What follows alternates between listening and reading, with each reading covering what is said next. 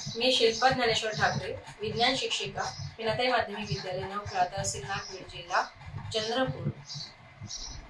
आज आपण या शैक्षणिक व्हिडिओमध्ये वर्ग 9चं प्रकरण 5 आम्ल आम्लारी क्षार यामधील काही क्षारांची म्हणजेच अकार्बनी संयुगाची नामकरण पद्धती म्हणजे नामकरण कसे ठेवायचे ते आपण बघणार आहोत।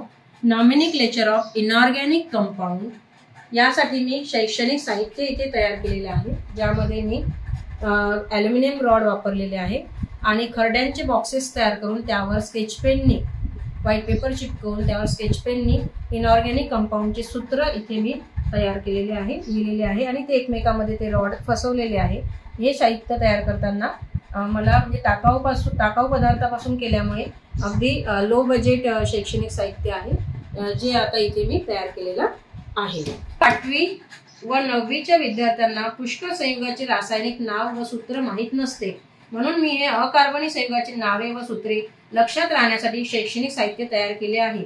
या शैक्षणिक साहित्याद्वारे विद्यार्थी हसत खेळत विविध अकार्बनी संयुगे शिकतात।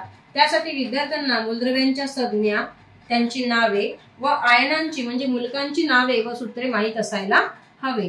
उदाहरणामध्ये सर्वप्रथम आपण बघूया सोडियम कार्बोनेट, हे जे सूत्र आहे सोडियम कार्बोनेट आणि सोडियम बायकार्बोनेट यामध्ये विद्यार्थी गोंधळून जातात, कन्फ्यूज होतात।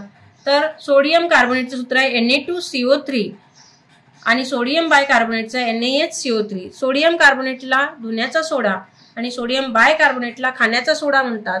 तर विद्यार्थ्यांना जर असा हा खेळ खेळायला दिला, त्यांना म्हटलं की सोडियम कार्बोनेटचं सूत्र तयार करा, तर ते अगदी या शैक्षणिक साहित्याच्या आधारे Na2 आणि हा CO3 हा खालचा आहे Na2CO3 आपल्याला इथे दिसून राहिले। असे विद्यार्थी सहजगत्या Na ला किती अणू आहे, 2 अणू आहे, CO3 हा संयुक्त मूलक आहे, तर अशा प्रकारे संयुक्त मूलक वगैरे ते ओळखू शकतील। संज्ञा आपण त्यांना पाठवली आणि सूत्र या माध्यमातून लक्षात राहील।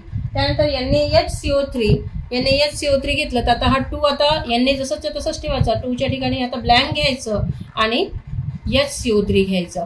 तर HCO3 इथे मी या पद्धतीने असे बॉक्सेस तयार केलेले आहेत।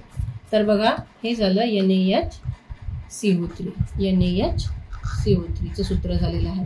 तसंच FeSO4 CuSO4 वगैरे बघा FeSO4 सूत्र इथे तयार होत आहे